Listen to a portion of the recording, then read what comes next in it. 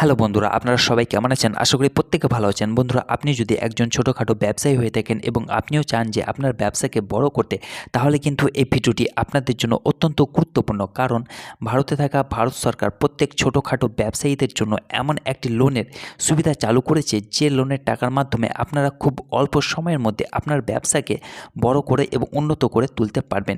তো কী সেই লোনের নাম এবং এই লোন নেওয়ার জন্য আপনাদেরকে কী করতে হবে এবং এই লোনের সুবিধা এবং অসুবিধাগুলি কী ইত্যাদি সমস্ত কিছু তথ্য আজকের এই ভিডিওটিতে আমি বিস্তারিতভাবে আলোচনা করব। তো আপনাদের রিকোয়েস্ট করব ভিডিওটি স্কিপ না করে প্রথম থেকে শেষ অবধি মনোযোগ সহকারে দেখার, আর আমার এই WP ইনফো ইউটিউব চ্যানেলটিকে সাবস্ক্রাইব করে পাশে থাকার, কারণ আপনার একটি মূল্যবান সাবস্ক্রাইব এই চ্যানেলটির জন্য অত্যন্ত গুরুত্বপূর্ণ। তো বন্ধুরা, দেরি না করে চলুন শুরু করা যাক।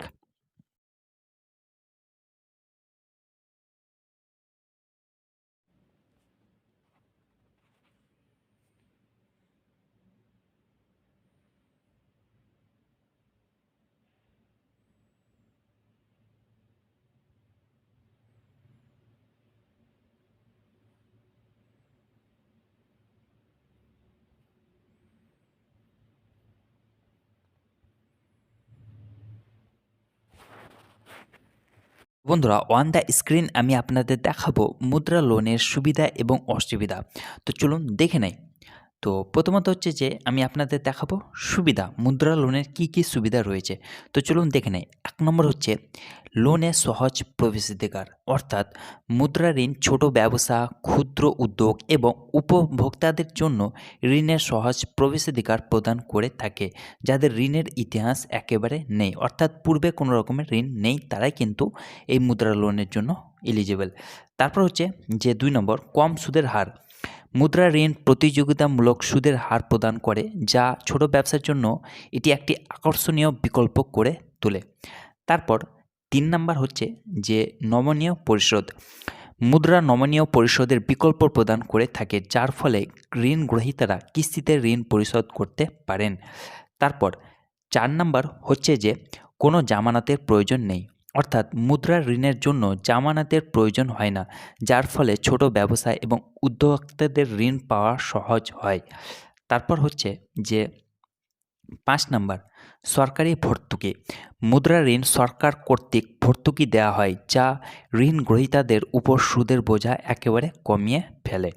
তারপর ৬ নম্বর হচ্ছে যে সহজ সরল নথিপত্র, অর্থাৎ মুদ্রা ঋণের জন্য নথিপত্র প্রক্রিয়া একেবারে সহজ এবং ঝামেলা মুক্ত।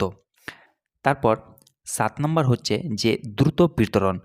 মুদ্রা ঋণ দ্রুত বিতরণ করা হয়, যার ফলে ব্যবসাগুলি যখন প্রয়োজন তখন তহবিল পেতে পারে, অর্থাৎ টাকা পেতে পারেন। তারপর হচ্ছে যে এই হলো সুবিধা এবং হচ্ছে মুদ্রা ঋণের অসুবিধা। তো চলুন দেখে নেই মুদ্রা ঋণের কি অসুবিধা রয়েছে।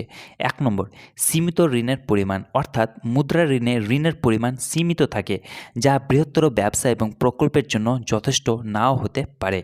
তারপর ২ নম্বর হচ্ছে যে কঠোর যোগ্যতার মানদণ্ড, অর্থাৎ মুদ্রা ঋণের যোগ্যতার মানদণ্ড কঠোর থাকে, যা কিছু ব্যবসায় এবং উদ্যোক্তাদের যোগ্যতা অর্জন করা কঠিন করে তুলতে পারে।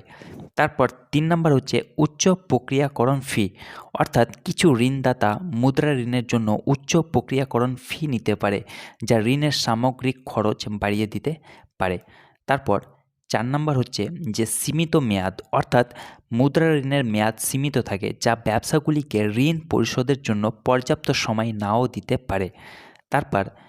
তারপর ৫ নম্বর হচ্ছে যে কোনো আংশিক অর্থপ্রদান অনুমোদিত নয়, অর্থাৎ মুদ্রা ঋণ আংশিক অর্থপ্রদানের অনুমতি দেয় না, যার অর্থ ঋণ গ্রহীতাদের মেয়াদ শেষে সম্পূর্ণ ঋণ পরিশোধ করতে হবে। তারপর ৬ নম্বর হচ্ছে যে দেরিতে পরিশোধের জন্য জরিমানা, অর্থাৎ মুদ্রা ঋণ বিলম্বে পরিশোধের জন্য জরিমানা আকৃষ্ট করতে পারে, যা ঋণের সামগ্রিক খরচ বাড়িয়ে দিতে পারে। তারপর ৭ নম্বর হচ্ছে যে সীমিত নমনীয়তা, অর্থাৎ মুদ্রা ঋণ অন্যান্য ঋণ বিকল্প যেমন মেয়াদি ঋণ বা ক্রেডিট লাইনের মতো একই স্তরের নমনীয়তা প্রদান নাও করতে পারে। তো বন্ধুরা, এই হচ্ছে মুদ্রা ঋণের সুবিধা এবং অসুবিধা। আশা করি ভিডিওটি আপনাদেরকে ভালো লেগেছে। যদি ভিডিওটি আপনাদেরকে ভালো লেগে থাকে তাহলে চ্যানেলটিকে অবশ্যই সাবস্ক্রাইব করতে ভুলবেন না এবং ভিডিওটিকে যত পারবেন লাইক করবেন, বন্ধুদের সঙ্গে শেয়ার করবেন এবং কমেন্টস করতে ভুলবেন না। ভালো থাকুন, সুস্থ থাকুন, ধন্যবাদ।